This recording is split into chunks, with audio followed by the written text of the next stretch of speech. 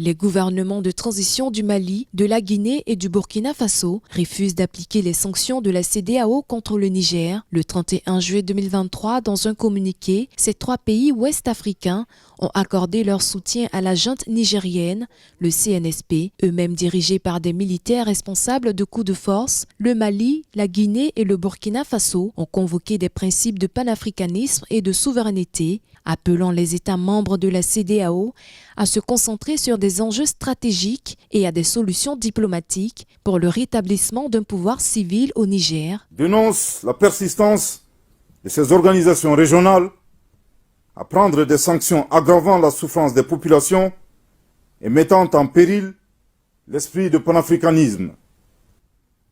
Refuse d'appliquer ces sanctions illégales, illégitimes et inhumaines contre le peuple et les autorités nigériennes.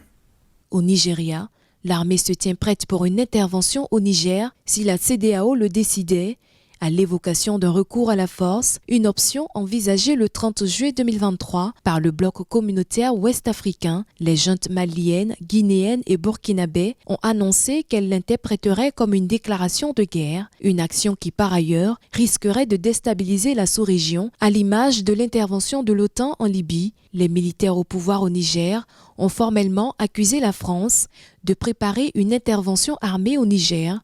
La France dispose à Niamey d'une base militaire d'environ 1500 soldats. Allant dans le sens de la recherche des voies et moyens pour intervenir militairement au Niger, la France, avec la complicité de certains Nigériens, a tenu une réunion à l'état-major de la garde nationale du Niger pour obtenir des autorisations politiques et militaires nécessaires.